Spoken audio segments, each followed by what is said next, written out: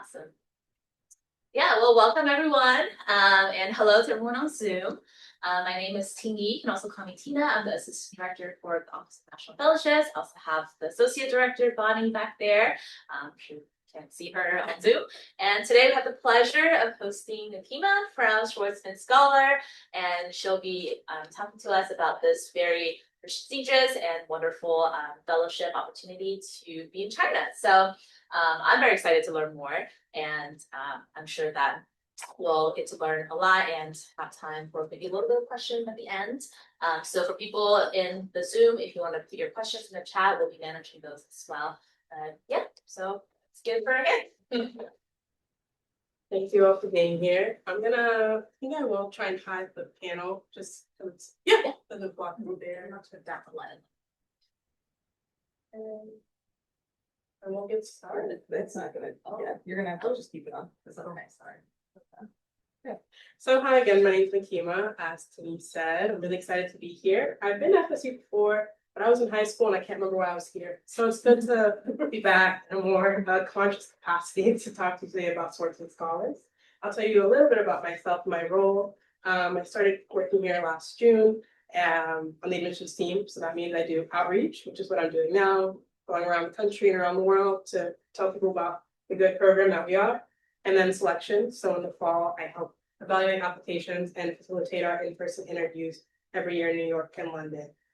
So it's fun, it's a full-time job, and I will leave time at the end. Well, I'll probably stop a few times for questions throughout, but we have a lot to cover, so I'm gonna jump right into it.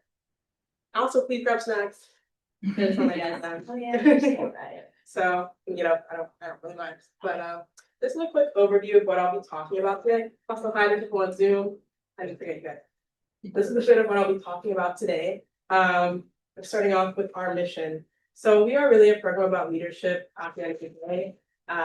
We are Masters in Global Affairs, it's a program in Beijing. But the reason it was created was really to find young leaders and prepare them for this next generation of kind of geopolitical order that we're starting to see bubble up right now as China continues to stake its claim in the world.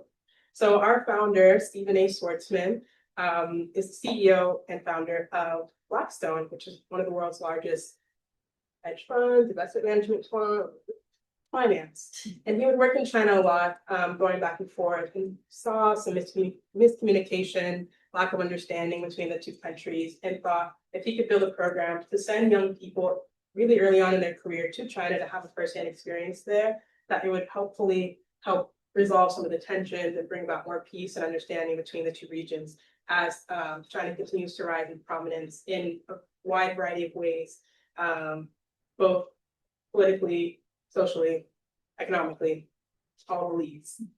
So our program is really about helping build confidence, to be able to be in unfamiliar situations. Maybe you don't know how to answer the tough questions and really controversial topics. That's what we're hoping to kind of prep you for. We have students from all different types of academic backgrounds. We are Masters in Global Affairs, but you don't need to have any type of political science or international affairs background, though many of our students do, so either way is fine. And like I said, it is a one-year program, so it is fully funded 1 year in Beijing at Tsinghua University, which I'll talk about in a second. But it's also really meant to be an international program, so I'll talk about the breakdown of our cohort a bit later. But every year we have students coming from around 40 to 50 countries to join the class of 150 students at Schwarzman College every year. So it's very exciting, very good time to be joining the program, also because it's our 10-year anniversary this year. We are having our 10th class graduate this summer, bringing us up to around 1,500 alumni around the world. And so we're young enough that things are still changing. The program's still pretty flexible in terms of taking feedback from students and things like that. But we have a lot of people involved in the mission now, some of them 10 years deep into their career at this point, who have been able to really see the benefits of a program like this. So these are some of the pillars of our program. The first one, and maybe the most important one, is the network, like I mentioned. So we have people from over 20 industries, over 100 countries. You'll really be able to find that person who maybe is an expert in a field that you know nothing about, or someone who has the same crazy idea as you to be able to start a new business or a new venture together. There's really a lot of synergy that happens throughout the year. both within your own cohort during your time at the college and beyond between cohorts. So in April, we're having our 10-year reunion in Beijing, and we have over 90% of our alumni coming back for that. So it's the first time we're ever doing it. It's going to be super exciting, and we're really excited to have so many alum who are like excited to come back. Partially because we're paying for their flight. Yes, it really helps. As well as the accommodations and all the activities. So, but still, they didn't have to, you know. So we're excited. The curriculum is always changing to really meet the demand of the moment. We have visiting professors come every single year, throughout the year, different modules are what we call them. We have 4 modules throughout the year, as well as live-in faculty who stay at the college full time. And we'll get into the curriculum a lot more in depth in a second. And immersive access to China. So there's no point in being in Beijing if you're not going to explore China at large. And we do that through a variety of ways, both college funded and personally funded. So we have what are called deep dives, which I'll also talk about. We have local field trips throughout Beijing to different political entities, as well as factories, different economic groups and nonprofits throughout the year. And then lastly, empowering global change makers. So in terms of whatever field you want to do, I've heard the different majors that were being shouted out. We really want you to go on and be a leader in your chosen field. And it can change, you know, you're not bound to what you apply as or what your major says you might do, but really having that drive and that curiosity to make a positive impact in the world through your leadership is what we're hoping to do, and in a very international context as well. So this all happens at Tsinghua University, which is our partner and host that we are so privileged to have over there in Beijing. Tsinghua is one of Asia's top universities, and they call it Harvard of China. At least I've heard it called that, because their acceptance rate is lower than Harvard's, and it's extremely competitive to get in. So like I said, we're in a very privileged position to be able to host our students at such a prestigious university. They have been around since 1911. They're celebrating 115 years this year and have their own anniversary tidings that will happen during our reunion as well. And they were originally founded as a training school for Chinese students who are looking to study in the United States. So they have a very long legacy of being a bridge between East and West, and being able to kind of navigate cultural differences for their students, both then and now. Today, they have over 60,000 students, 59 different academic departments, and are known for being top in research and innovation, especially for STEM, but have other departments as well. And students in our program are encouraged to kind of go off beyond the walls of Schwarzman College to the campus of Tsinghua to explore classes, clubs, food.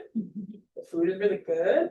I'm told, I mean it, but things like that are very much available. And of course, your level of Chinese may become a barrier at certain points, but nonetheless, it's out there for you to explore and take advantage of. So, oh, last thing I'll say about Tsinghua is that they've had some pretty cool alumni, including the current president of China, so, among others. I would like to point out. So this is our curriculum, and it's broken down on this right side of the screen.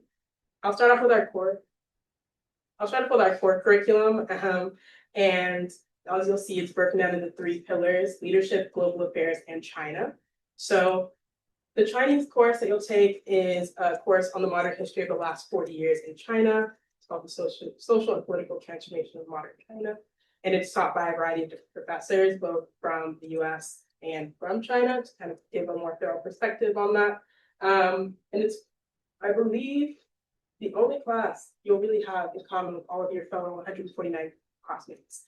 Because in the leadership and global affairs pillars, there are distribution requirements. And I do have a few class name examples that I will lovingly pull up for you all. So for example, in the leadership cluster, you can take a class on leadership and diplomacy, psychology of global leadership, negotiation skills for leaders, things like that. And in the global affairs cluster, you can do things like the critical history of globalization, global governance and regulation, or global health governance. So depending on your background, you can really find a class that kind of fits your interests within this curriculum. That's our hope, at least. And like I said, it does change every single year, especially the elective side of things. So for example, we have our first visiting professor from the University of Ghana, who's teaching a class on Africa and China's international relations. It's actually called Problems in Africa and International Relations. So really into the bottom of things. Some other examples of classes are a class taught by Hugo Slim, and the class is Leading in Humanitarian Crises, war disasters, and disease. And he's a very qualified person to talk about this because at the University of Oxford, he's the director at the Lacoste Institute for Social Justice. He's also the former head of policy for the International Committee of the Red Cross. So big names coming through, people who have dedicated their lives to the field of study and know exactly how international frameworks and infrastructure are working together to honestly keep the world spinning in a lot of ways. Some more examples of electives. Also, all of our classes are on our website, so you should check them out. But clean energy transition, science and technology policy in China, financial reporting and analysis, things of that nature. Everyone will take Mandarin classes and no previous language is required, or previous language skill is required in Mandarin. Every student will take Mandarin classes in that first module, so about the first 8 weeks or so of the year. After that, it is optional, but you are encouraged to keep up with it. And beyond that, there are many kind of informal ways to do tutoring. We have a Chinese language table in the dining hall where you can talk with your other students or back to your staff. And then, of course, just being immersed in China in general is highly encouraged to try to improve as much as possible. So a year is a short time, but there's a lot of ways to make good strides. And the tutors for our program are from IUP, which is the inter-university program at Tsinghua, and they do a lot of work already with schools like Stanford, Yale, and the United States to run their Mandarin language programs. So they have a lot of experience teaching, especially native English speakers, Mandarin, and things of that nature. And lastly, is the capstone, which is a part of the year that everybody will do. And these are a few titles of our capstones, just to jump the gun a little bit. It's essentially a thesis project. You can either do a group capstone or an individual capstone, and it can take on a few different forms. The forms it can take on are a case study, a policy analysis, an industry analysis, or a field research paper. And these titles, like I said, kind of give you a sense of what people are studying. It's not required that it's China related, but it is encouraged because part of the idea is for you to go out to the field, do interviews, learn about different political structures or laws, anything you really like about China while you're there. So most of them do end up being pretty China focused. And then that group capstone is actually a cool opportunity for you to be paired with a local organization, almost as a mini consultant for the year. So one example is a group who was working with a hotel chain that had built a hotel in the north for the Winter Olympics. But after the Olympics, they kind of fell into disuse, not really doing well business-wise. So the group found a way to kind of boost foot traffic to the area by focusing on an ecotourism aspect of the region and kind of revitalizing their marketing, their strategy, and things like that. So very tangible impact in that way. And it's nice to be able to leave the year with a project in hand and showing some work you've done in the real world, whether it be on your own or in that group for your next endeavor, whether it be grad school or back to full-time work or anything like that. Make sure I didn't miss anything there. Faculty do serve as your capstone advisors, and we do have an academic team on site in Beijing. We will have an advisor as well throughout the year, help you choose your classes and just make sure you're staying on track to things like that. Any questions so far? Yeah, my current undergrad thesis is on relations between China and the US and comes to women during like the Qing period. And in it, I look at like union dualism and Confucian values affecting women. Could I take like a part of that and expand on it and do a research paper for a capstone? Yeah, absolutely. I don't see why not. In case people on Zoom didn't hear, someone's already doing a project about Chinese history and like gender relations in the area. So they're wondering if they could do that in China. The answer is yes. I will say, depending on the topic, people have found in the past, and someone asking this, like, if I want to study something controversial or something that's maybe not particularly smiled upon in Chinese political culture today, can I study it? And the answer is maybe. I mean, you do have to find a professor who's willing to kind of take on your project and be your advisor for the year. And I'm not saying that's your project's case. Well, I guess I will be honest. Are they like kind of censored in what you can study there if it is about historical or sociological stuff? Not necessarily. If you can't find an advisor, then like you most likely have to change your topic. Okay. But compared to other avenues of going to China, we do have a lot more flexibility and a lot more freedom. And especially your capstone title, our academic team works very closely with people to make sure it's nothing that would come across inflammatory, because your project has to be approved by Tsinghua and will be like submitted to their research database essentially. So the title and kind of like the looks of it will be what it is, but then the actual content, you work with that, hopefully on your own with your advisor. So, yeah, we enjoy a certain degree of flexibility. At what point in the year are you sort of expected to find your advisor, have the proposal? You know? That's a good question. So you'll have to do that very much like first month Okay. or like second month. So it's very fast. So before most people get it, not most people, everybody gets accepted in, November, let's say November of 2026 for August of 2027. You have a lot of time to think about it before you get there and have a lot of guidance on what you might want to do. The group capstones, obviously you don't know your classmates well enough to be like, I want to do a group project with you for an entire year. But it was part of the fun, part of the challenge, I guess. And when you're choosing those organizations you might want to work with, it's a ranking system in terms of it's not first come, first serve, but if multiple people want to work with the same org, it might not always work out. So Do you have access to faculty prior to arriving to? oh, that's a good question. I don't see why not. Yeah. But Yeah. So, okay, we'll keep going. So like I mentioned at the beginning, immersive access to China and really being able to go out and see the country up close and personally is one of the biggest draws of the program, at least in my opinion. And one way we do this is through our deep dives. So these happen twice a year. The deep dive is a course that you'll take. It's a 1-credit course that includes lectures and local field trips to, for example, autonomous vehicle factories, or you can go visit TikTok's headquarters, things like that. But the course culminates really in 2 different field trips. The first one happens in November. It's going to be a college-funded, college-led deep dive to a region of your choice. There's a list, choose from the list, and you can kind of get an idea of the types of trips from this little bullet list. And then in the second half of the year, in June, we have what are called student-led deep dives, and as the name suggests, students lead them. So you have a group of at least 2 students from at least 2 different countries who come together, build a proposal, get approved, and get funding to go on this trip wherever they'd like. So in the class of 2025, our 9th cohort, collectively we're all able to visit every region of China. I think it's kind of crazy. These are some examples of titles here. I'm gonna do. Yeah, go ahead. That includes Tibet. Yeah.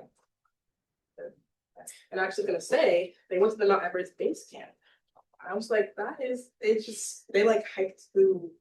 It was great. They have a yearbook. I was like reading the yearbook and they did little reflections on every single trip, and it seemed like it was a strenuous time, to say the least. But they did it, and so yeah, it's a pretty cool thing. And there aren't too many restrictions on what you can and can't do. I guess to say you should propose what you want to do and see where it goes from there.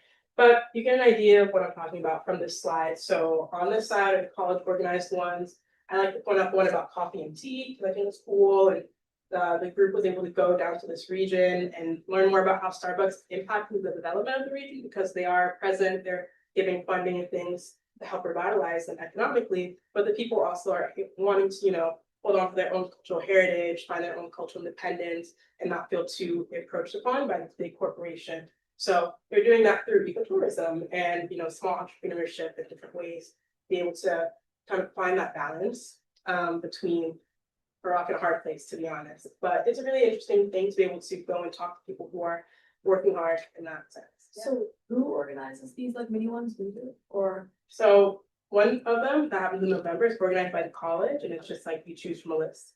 And then in June, you don't have to organize them, but students will organize them and get them approved.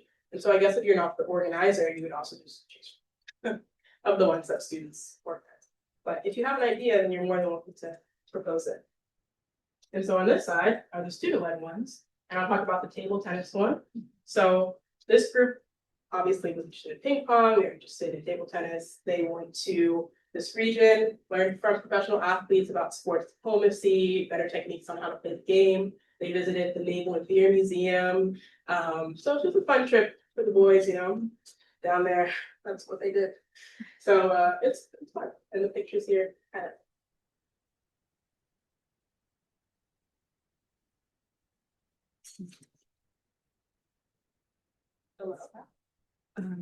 probably have to click on one. Oh yeah, yeah. Okay, great. So beyond the classroom, there are a lot of things you get into. There are clubs both within Schwarzman College and outside. So, like I said, Chinese can be a barrier for things like that, but if you're feeling adventurous, you can go join a club at Tsinghua, you can join a sports team. We have our own student government, we have yearbook club, all the very kind of typical college-like things they've really been able to build at Schwarzman College over the past 10 years, including a cheerleading team, which I think is fun, and a walking club where you can meet everybody. Oh no. What did I do? Did your computer like good? No, okay, great. So where was I? Walking club.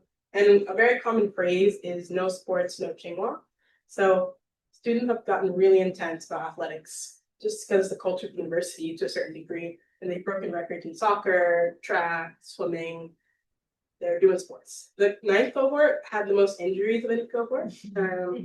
Just maybe not the best thing to be known for, but people weren't crutches like all years. But they're really getting involved is my point. So everyone will have a mentor throughout the year. And this is a mentor. The mentors usually come from a lot of sources, but many of them are friends of Steve Schwarzman or people who really believe in the mission of the program and things like that. And this is a mentor that won't necessarily live in Beijing, but it's up to you really how you decide to kind of build that relationship. But there's someone who's farther in their career, mid-career, senior level, who is dedicating their time to help you figure out your own path and just bounce ideas off of, learn more about their life and their path until this point and any other networking you're hoping to gain. So a few examples of past mentors include Xiaoping Yang, who is the president of BP China, the former CFO of Tim Hortons China. Big titles, guys. John Liu, who is the Greater China managing editor, and things of that nature. So yeah, people who are well respected in their field, to say the least. Internships are possible. Our careers team can kind of help you get a jump start on that in terms of figuring out where you might want to intern. But sometimes people just walk in places. So we had one of those local field trips I was talking about for the DPED course. One of our Japanese scholars, Daiki, was like, this place seems cool. Can I work here? And they were like, yeah. He already spoke Chinese, I will say, but you know, it happens that way. And there are English speaking opportunities too. Just might have to dig a little bit deeper for them as well. So now I'm going to go through Schwarzman College, our physical space, our sanctuary, our home. It was designed by Robert Ann Stern, who is a very cool architect man, who built this college back in 2013.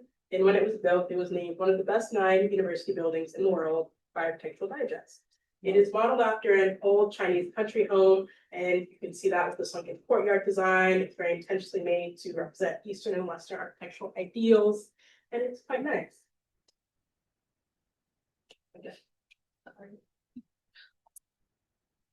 This is the front courtyard. That's like the security office at the front. Very beautiful little grass area. It's very nice. Love it. Maybe it's out of that. Yeah. This is the forum, first space you'll enter when you walk into the college. And I like to point out that this is like graduation day, so people are very nicely dressed. It's not like suits and dresses every day. But at the top here on this balcony space is where you'll find the countries of every scholar's home country represented every single year. That's a really cute way to kind of have an homage to the international aspect of the program. On the far side, you have the library. On the side behind this picture, you have the dining hall. So it's all very centrally located. This is the picture of the library. You'll have full access to Chinese and English literature in our library, as well as different academic journals, both American-based and Chinese-based. So you have a VPN at college. So you can get on Instagram, you can get on Google, you can get on Facebook. Not that most people use Facebook much anymore. But this also is a way that we do exist in a bit more of a bubble than outside of most of China, where you can't access a lot of those kind of comfort websites you might have at home, among other things. So you have access to the Wall Street Journal, The Economist, Financial Times, all of that is accessible through your email and through our library system. Some New York Times. I don't know for sure. Yeah. Still play the mini crossover. I hope so. I'll let you know. I'm going in April. I play Pips and Connection every day. Mostly. This is the dining hall where I mentioned we have our Chinese language table. We have meals during the weekdays, three times a day, and on the weekends, a little less often, but still food available for people to eat. And then, like I mentioned, you are more than welcome and encouraged to go to the different canteens around Tsinghua. There are 17 of them. They serve food from every single region of China across the university. So there's a lot to explore, a lot to taste. In our dining hall, we serve both Eastern and Western cuisine and accommodate allergies, of course, halal, kosher, vegetarian diets, really try and make it, what's the word? Edible.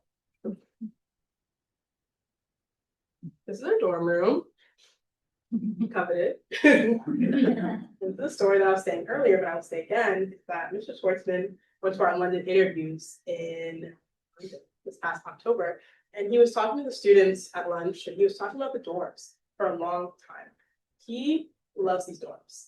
He was saying that, everyone has their own bathroom, everyone has their own closet, you have this nice little desk situation, and he was really, really proud about it. I think because he did not enjoy his college dorm experience as an undergrad himself, and he said, no one will go through what I went through. So we go through beautiful dorm rooms. So like I said, they're all single occupancy, everyone has their own bathroom, and you'll either look outward into that courtyard that I mentioned earlier, or outward to the campus. Anything else about dorms? Anything about dorms? What's that around? This is probably the best many people ever live, right? Like, It can be. Yeah. I mean, I have not, but I agree it's nice. They were built pretty recently, so they're still pretty new. It's a common area. So our housing team, or rather our student life team, intentionally tries to place a diversity of people on the floor together. So people from different industries, different countries, just to encourage commingling and learning about each other. Common areas also help with this. So when I first started this job and I was trying to learn more about this program, I talked to our alums just to get a real first-hand experience of how it went.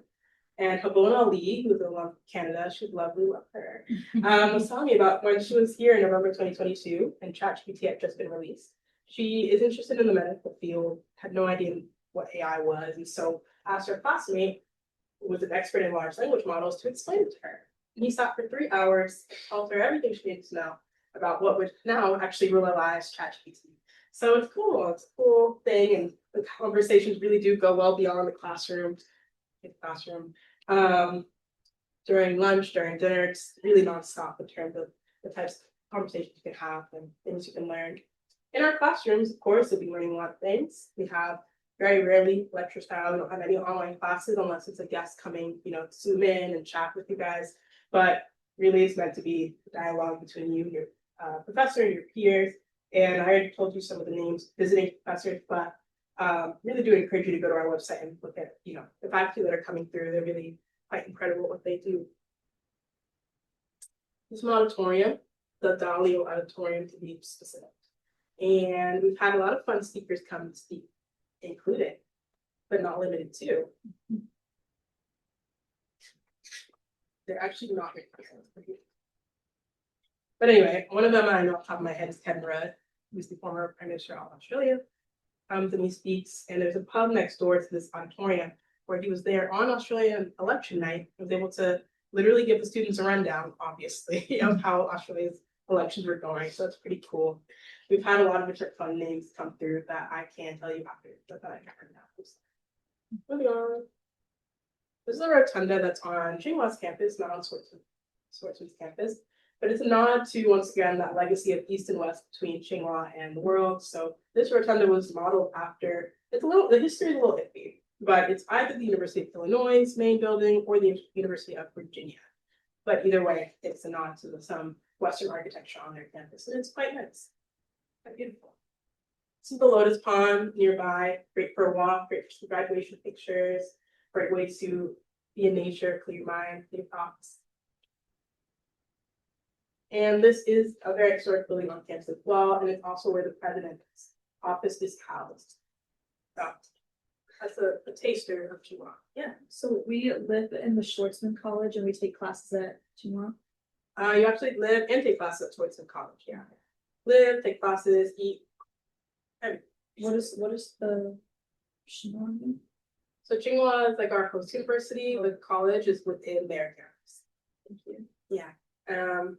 And you are able to and required to actually take one course at Tsinghua during your time. And there's a list of like pre-approved courses you can take at Tsinghua, but if there's anything outside of those, you can request to take them as well, depending on your interest.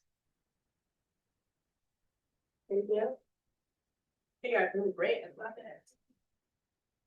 So, alumni. I'll talk about hub cities. I mentioned that this year we'll have 1,500 alums joining our community officially, which is super exciting. And one way they keep in touch is through hub cities. This is where you have a pretty high concentration of alum living together. So New York, London, Beijing, San Francisco are like the big ones that come to mind, but there are a lot more than that. And every city will have a hub captain. And this person is responsible for planning events and, getting people excited about coming back together and reliving the Schwarzman days. And we, as an organization and a nonprofit, support this in a lot of different ways. So one of them is Lunar New Year dinners. So if you can get 4 or more scholars together at any point during the Chinese New Year period, you will get sponsored for a dinner. And you'll come and have some good Chinese food together. Another one is every summer we have our welcome back / bon voyage trips. So welcoming back the class who just graduated whatever summer, and then sending away the ones who are going for the new cohort the following fall. So those will happen every summer around the world. You're sponsored for like a happy hour or whatever. And there are a lot of like very informal events that happen too. So one example is that our alumni platform, I was like scrolling around looking for something else, to be honest. And I saw What's Up with Greenland. And it was someone from the first cohort who was from Denmark, who has a friend who's in the Ministry of Foreign Affairs in Greenland. And it was like, oh, obviously Trump wants to take Greenland. Why? I'm sure a lot of you have never met someone from Greenland and, you're reading about this in the news, but you should come to the Zoom that I'm setting up with my friend who is working on this actually every single day and talk to him and ask him questions and like learn about it from a very direct source. So it's just very cool things like that where you have these connections that you wouldn't have otherwise been able to make or kind of rippling through our alumni community and keeping the conversations alive in terms of what's relevant, what's happening. And the last thing I'll mention is through our alumni team, different conferences can be sponsored. So the Davos Forum that just happened in January, the One Young World Forum, St. Gallen Symposium, these like really big youth summits or dialogues, COP30, things like that. Either scholars will go and they can be sponsored when they're there to have some additional funding, or you can be funded to just go as a person by our team. And the opportunities kind of vary from year to year, but something that can happen and does happen. While you're still there, and before and after, to be honest, but while you're still there, there's a lot of career support. So we've had students go on to law school, med school, MBA, PhD, work, all of it possible. And before you even get to campus, when you're accepted in November, by January, you're going to have a one-on-one resume workshop with our director of career development, Julia. And, really trying to just tighten things up, figure out what you want to get out of the year, how you're going to tackle that, whether it's an internship or, your capstone or whatever. So you're really very, very well supported during your time and of course afterwards. And you can see some examples there as well, how that's done. This is a snapshot of our class of 2023 and where they first ended up after graduating. So I do like to emphasize the snapshot, and there's a lot of variety here. I think people can get a little confused, not the word, but they're like consulting. I don't want to be consultant. Why would I want to do this program? I'm going to be consulting or finance. But that's why I put the second pie chart here, just to show a bit more diversity of what people are actually doing afterwards. A lot of policy work, a lot of kind of nonprofit, think tank type of work, business, of course. People go into energy, they go into STEM, they go into medicine. So we try and make it clear that you can do anything that you're interested in. I was at the University of Florida 2 days ago, and an alum there actually does agriculture. He studies food systems. So been doing some cool work. Thesis took him to a rural farm in China where he got to learn about rural farming practices in northern China and was able to help them install their first drone. He did not say for what, and I'm honestly still wondering. But they have a drone now, thanks to him. And an alum from FSU, actually, her name's Nicole, from Panama, works a lot with tax education and kind of tax policy in her home country of Panama, and has been doing a lot of cool work. And her capstone is taking her back home to do interviews with some top officials there on how to make tax education more accessible for everybody. So some very interesting things happening around the world. And some of our top employers. One example of kind of a job title that you would have at Meta, for example, is a public program management person working on kind of the safety and accountability aspect of Meta's work. At ByteDance or TikTok, people are doing kind of social media content. We do have an influencer among our ranks. And just there's very funny things people are doing. So any questions about this? The next slide, I'll talk about admissions.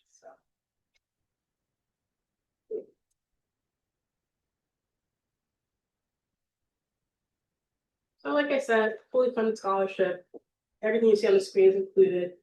Travel, room and board, the deep dives that I talked about, everything. And you get a stipend, and the stipend last year was $5,500 a year. Subject to change, of course, but that's what it was last year. And we really do want it to be accessible for anybody who's interested. We have over 100 donors beyond our founding donor, Mr. Schwarzman. And so we have about $600 million endowed for this program to continue on in perpetuity. And I do get questions sometimes about kind of the state of US-China relations and how that might affect the future viability of our program. But there was a lot of intentionality in the relationships built between our foundation in Tsinghua and the Chinese government as well to really see the benefit and the use of the program. So for now, everything is fine. We're still going through, and we will be around for time to come. So no worries there. And it's great for my job security. And in terms of what we look for in applicants, we really break it down in 3 parts. Leadership, intellect, and character, with demonstrated leadership being the thing that I will continue to harp on because it's very important. So we want to have an expansive view of what leadership means, right? Not just leading things or starting things, but how are you influencing people around you? How are you able to kind of move the needle on an issue of importance to you, whether it be a big issue or a small issue?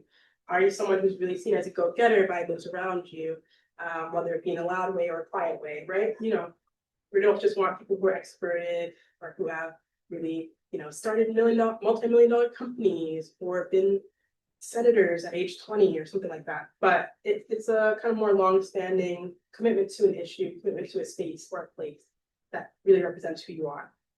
Intellect is related to academics, of course. We want to make sure people are set up for success for their time with us. It's a very rigorous academic program. It goes by extremely quickly, and you have a lot of things to distract you.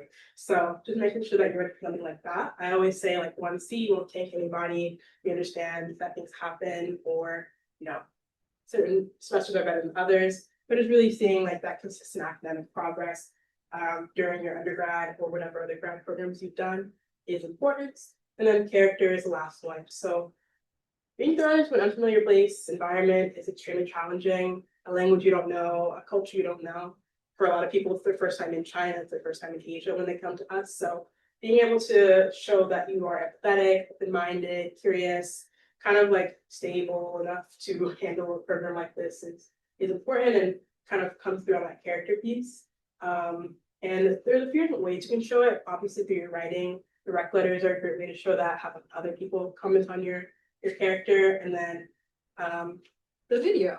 So that leads me to our application. The video is optional, and a lot of people do choose to do it, but it is optional. It's a 1-minute video. I've seen people record themselves on Zoom, just talking to the camera. Some people get more creative. I wouldn't stress over it too much, but if you choose to do it, that's awesome. And beyond that, you'll submit a 2-page resume, 2 long essays, a short answer, your transcript, and then 3 letters of recommendation. The resume is 2 pages, so definitely include things you wouldn't typically include on a job resume, for example. So I had someone ask me, oh, can I include things from like before college? It's fine, you can do that, especially if it relates to this longer kind of leadership trajectory I was mentioning. That's totally fine. But yeah, being able to kind of focus on recent examples and go into detail with what you've done and how you've been impactful in those spaces and why it was important to you is important. For the essays, one of them is a personal statement. The other one is going to be an example of your leadership in the past and how how it impacted you and why it's important to you. And there's explanatory transcripts. Eligibility. You can apply until you're 28 years old.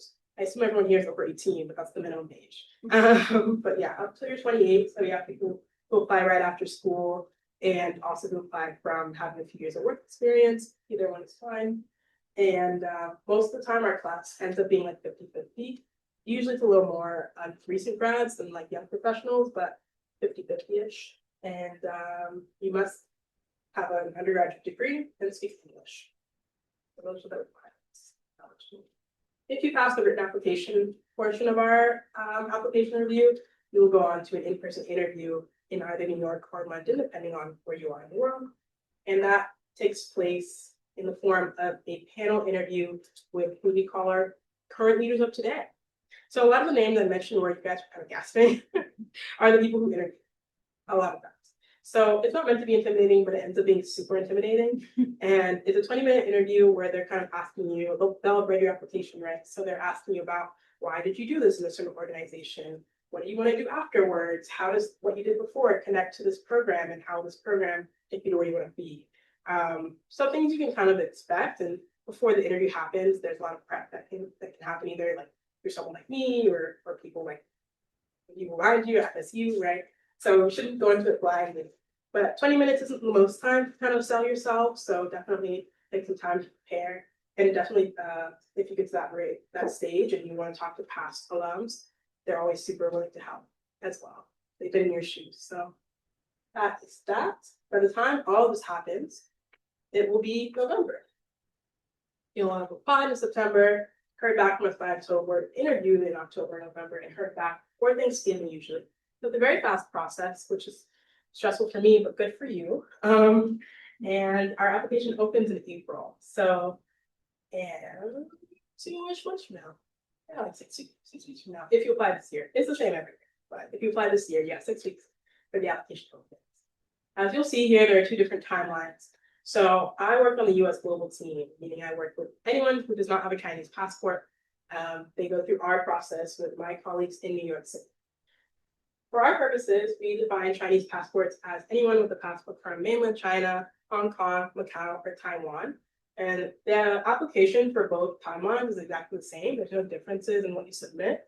The timeline is just different and a little bit earlier for our Chinese scholars who will also interview in Beijing at the college with our Chinese admissions team and that kind of sphere of people. You'll hear back in July, but everyone will start at the same time in the following fall. So that is that. Thank you all for listening to me. These are some of our socials. I got stuck in a blizzard, so I couldn't bring all my fun brochures. I couldn't bring my pens. I'm so sorry. But if you go to our website, there's a lot there. Go to our YouTube, there's some fun videos. Keep in touch with me by email, send me some stuff. Talk on Zoom, all possible. But thank you again for coming and for listening and for your questions. And I'll take any more questions from people here or on Zoom. So yeah. Are you an alum? I'm not known. Okay, so Commonly thought. yeah, that was my first thought.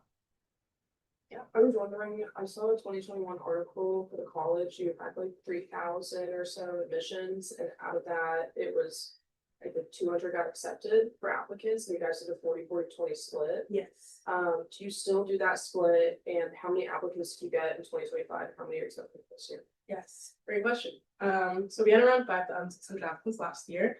We still have the same, we accept 150 every year, and the split's still the same of the 40-40-20. So out of that 5,600, we choose 30 Chinese scholars, 60 American scholars, and then 60 global scholars. So that's every year. It probably won't change for the foreseeable future. Though our website says we accept from 150 to 200. The idea is that one day you won't do 200, but you know, days something. Okay.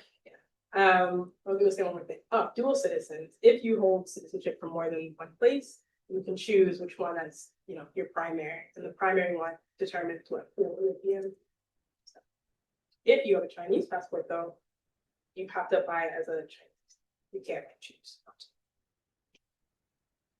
when it comes to the application timeline, so considering, for example, I'm on track to graduate in 2027 in springtime of 2027. What would that look like when it comes to actually putting in the application, knowing that you are going to graduate, but obviously not being Yeah, recent grad?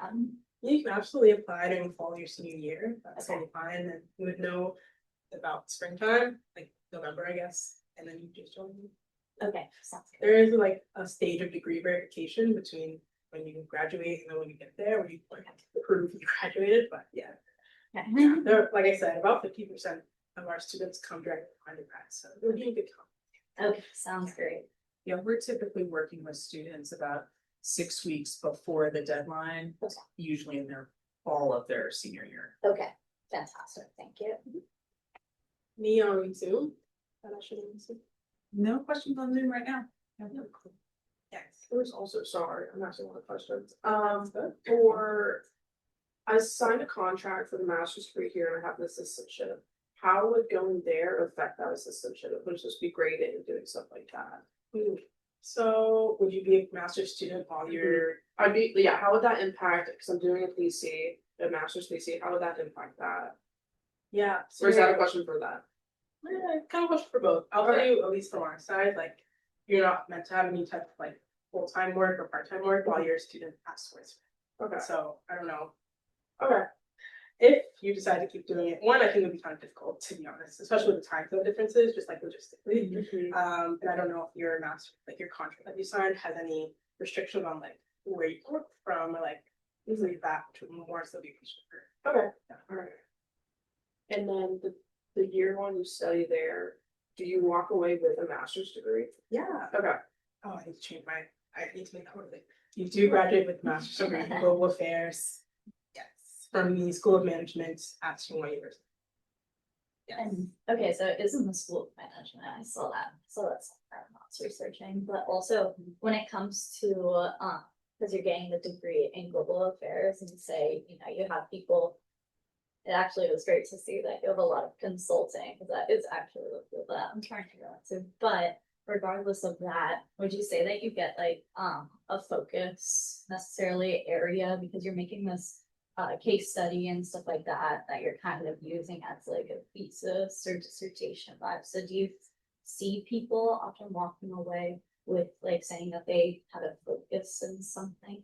I don't know, I read somewhere that people put like global affairs with emphasis in a certain field that walked away from this program. I'm not sure. That doesn't ring any bells for me. Okay. It might be something that they're just saying. That sounds like I don't it. think that there's, at least from our academic side, like a specific certification in or Okay. specialization in that you get. Okay, But of course, your thesis will give you that specialization that you can say to employers or future grads. yeah, I will say you have to be careful with stuff like that too, because some employers or other schools, if you put down that you got this degree with a focus in, if they can't find that degree with a focus in on that school's website, it almost like forfeits your application because they can't prove it.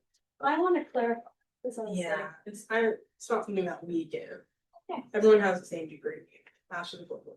Okay, sounds good. So if I were to graduate spring 2027, would I apply before May of this year or next You could apply this year, so you'll be a senior in the fall, right?